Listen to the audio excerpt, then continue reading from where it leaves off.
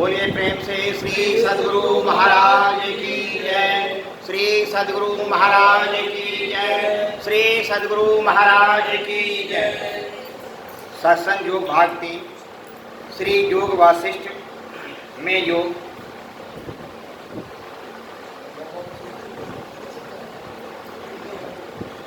प्राण निरोध।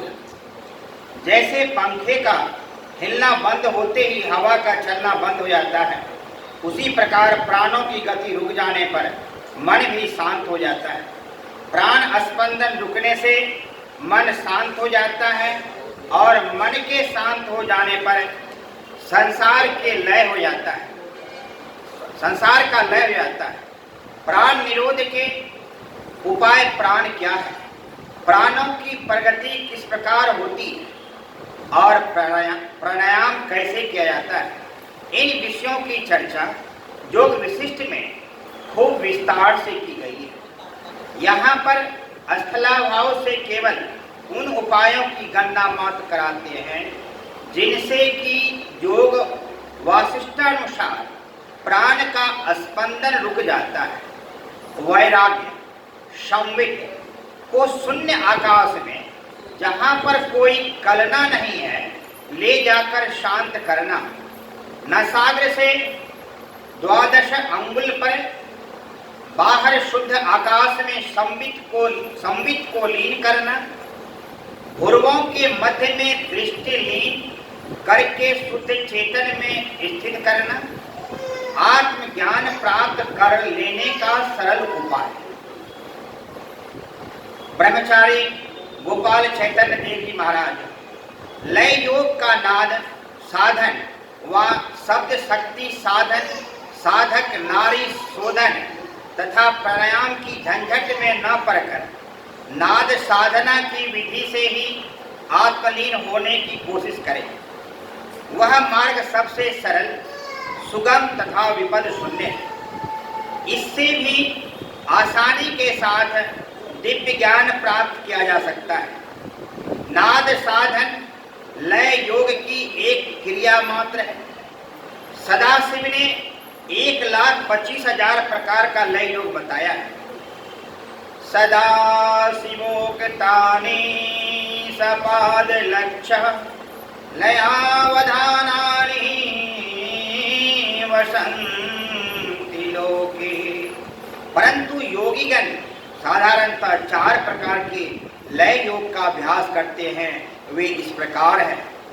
सांभवा चैव ब्रह्मयार्जा खेचार्जा योनि मुद्रया ध्यानं नादं रसानंदं लय सिद्धि चतुरो विधा।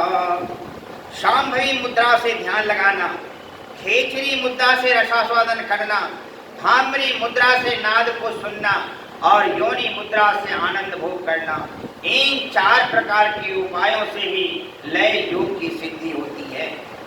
लय योग में नादानुसंधान और आत्म ज्योति दर्शन का काम बहुत सीधा तथा आराम से होने वाला है। अगर साधक का मस्तिष्क कमजोर हो तथा उसे आंख की बीमारी हो तो उसे आत्म ज्योति दर्शन का अभ्यास नहीं करना चाहिए।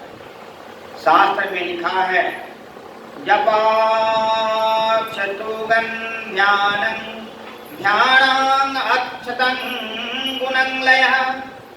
जप से ध्यान में 100 गुना अधिक फल होता है और ध्यान की अपेक्षा 100 गुना अधिक फल लाभ होता है लय योग से। नाद साधन ही सबसे सरल और विपद शून्य मार्ग है। पहले झिंगुर की झंझनाहट जैसा या भृंगी जैसा झिंझी सब सुनाई देगा।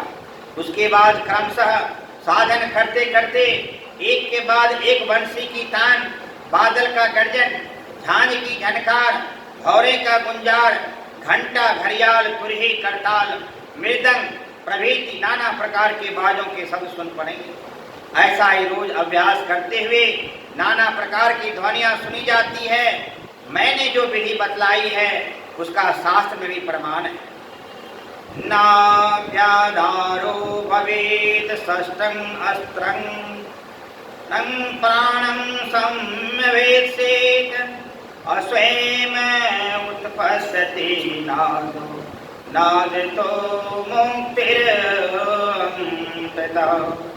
नाद साधन के शब्द में शास्त्र का कहना है आसीदुन्दु अस्ततो नादो नादांग अक्षक्ति समुद्भव नाद रूपा महेशानी चिद्रूपा परम कला।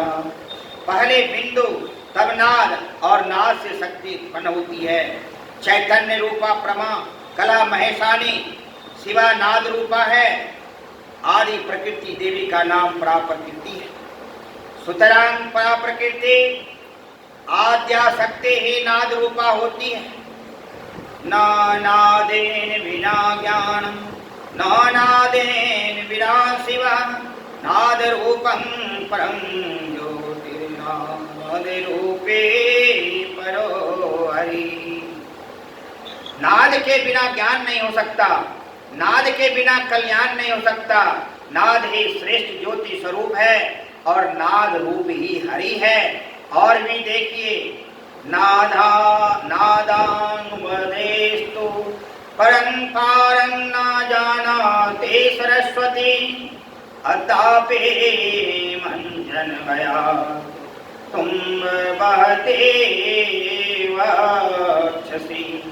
नाद रूप समुद्र की सीमा का पार सरस्वती नहीं जानती है, इसलिए आज भी डूबने के भय से हृदय के पास तुम्बे को धारण किए हुए इस नाद ध्वनि का साधना करते करते जो अंत में ओंकार ध्वनि सुनने में आती है, वह ध्वनि जब तक साधक जीवन धारण करता है तब तक कभी बंद नहीं होती। सदा सर्वावस्था में अर्थात जागृत स्वप्न और सुषुप्ति में भी नाद ध्वनि चलती ही रहती है। बोलिए प्रेम से श्री सद्गुरु महाराज की जय।